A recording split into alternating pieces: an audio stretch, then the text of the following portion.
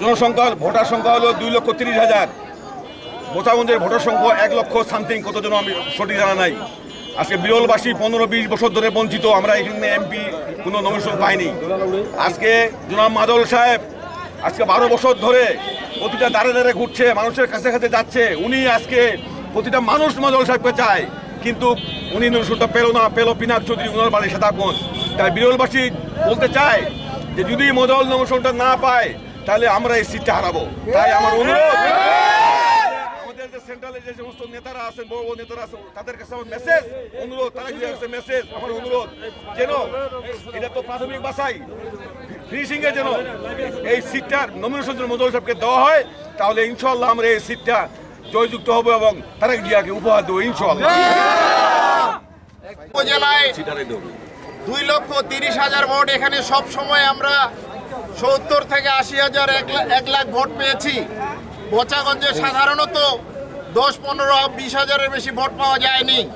তাই বোচাগঞ্জের ক্যান্ডিডেট না দিয়ে বিরল উপজেলার ক্যান্ডিডেটকে মনোনয়ন দেওয়ার জন্য যথাযথ কর্তৃপক্ষকে অনুরোধ জানাচ্ছি। সংগ্রামী সাথী ও বন্ধুগণ, আমরা শান্তিপূর্ণভাবে মহাসচিব স্যারের কথায় শ্রদ্ধা রেখেই আমরা আন্দোলন চালিয়ে যাব নমিনেশন ফাইনাল না হওয়া পর্যন্ত। এটি সম্ভাব্য তালিকা, এই সম্ভাব্য তালিকা যেন পরিবর্তন করা হয়, মাঠে যেন পুনঃজরিপ করা হয়, যেটা সঠিক জনগণের জরিপে প্রতিফলন হবে, সেই প্রতিফলনের প্রেক্ষাপটে এখানে যেন নমিনেশন ফাইনাল করা হয়। আপাতত যেন এই দিনাজপুর 2 আসন স্থগিত ঘোষণা করা হয়, এই আহ্বান জানিয়ে আমি আমার বক্তব্য শেষ করছি।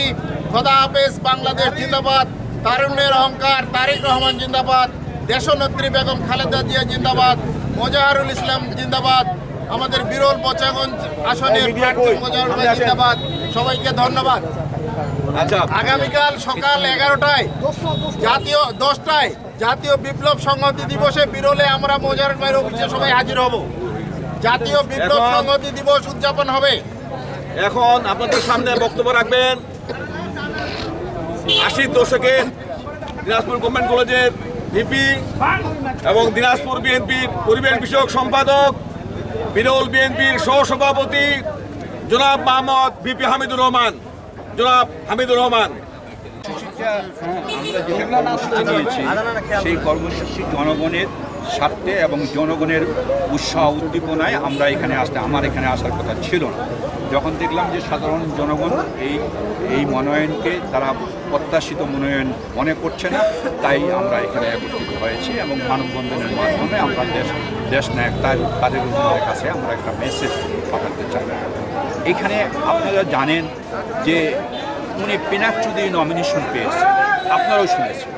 নমিনেশন পেয়ে একজন নমিনেশন পেলে প্রথমেই কিন্তু অন্যান্য যারা নেতা আছে, সিনিয়র নেতা আছে এবং যারা প্রার্থী ছিল তাদের সঙ্গে ফোনে যোগাযোগ কুশল বিনিময় করে, কিন্তু সেটা না করে উনি আওয়ামী লীগের একজন মন্ত্রী, মন্ত্রী তার বাসায় গিয়ে আমি রেয়াজুল হক চৌধুরীর ছেলে বারবার বলছে, সেটা উন্নয় বিন্নয় করছে সতীশবাবু। সেটা অত্যন্ত বিএনপির জন্য দুঃখ প্রকাশ করছে এবং কলঙ্কিত, এটা কোনো রকমে মেনে নেওয়া যায়।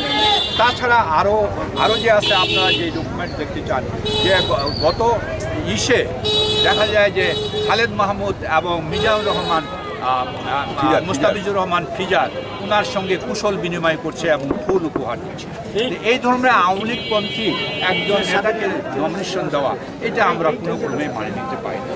তাই আমি বলবো আগামী দিনে যেন আমরা বৃহত্তর আন্দোলন করতে পারি এবং যদি 2 সপ্তাহের মধ্যে এর যদি কোনো পরিবর্তন না করে, তাহলে আমরা বৃহত্তর আন্দোলনের দিকে যাব এবং জনগণ আমাদের সঙ্গে থাকবে, সাধারণ মানুষ আমাদের সঙ্গে থাকবে, ভ্যানওয়ালা, রিক্সাওয়ালা, গরিব দুঃখী মানুষ সবাই আমাদের সঙ্গে থাকবে এবং এটাই আমরা আশা করি। পাশাপাশি বলি যে লেফটেন্যান্ট জেনারেল মাহবুবুর রহমান উনি বিরল থেকে নমিনেশন পেয়েছিল, উনি কিন্তু পাস করছেন। কেন পাস? মজারুল ইসলাম ঠিক সেম একজন ব্যক্তি, তিনি জনগণের মধ্যে আস্থা অর্জন করতে পারছেন এবং বিরলের যেহেতু 2,30,000 ভোট, তাই বিরলবাসী ঐক্যবদ্ধ থাকলে তাহলে সেই সিটটা আমরা পুনরুদ্ধার করতে পারবো, এই আশায় আমরা রাখি। তাই আমি বলবো আমাদের নেতা তারেক রহমান আমাদের মহানায়ক, উনি আমাদের দলের আগামী দিনের ভবিষ্যৎ। ওনার কাছে আমরা এই মেসেজটা দিতে চাই যেন আমাদের এই সামনে যে দিনগুলো আছে যাচাই বাছাই করে মজাউল ইসলামকে পুনরায় এই নমিনেশন জন্য মনোনয়ন দেওয়া হয়, এই আশা ব্যক্ত করে এবং সবাইকে ধন্যবাদ জানাচ্ছি। এবং আপনারা যে আমাদেরকে সম্মান দিয়েছেন, আপনারা হয়তো দেখছেন রামপুরে আমরা মানববন্ধন করছি, কিন্তু আগামীতে যে হঠাৎ করে আমরা মানববন্ধনের সিদ্ধান্ত নিয়েছি, কারণ দলের সিদ্ধান্ত চূড়ান্ত সিদ্ধান্ত, সেই সিদ্ধান্তকে আমরা স্বাগত জানাই। কিন্তু আমরা উইদিন 2-1 সপ্তাহের মধ্যে যদি এটা পরিবর্তন না হয়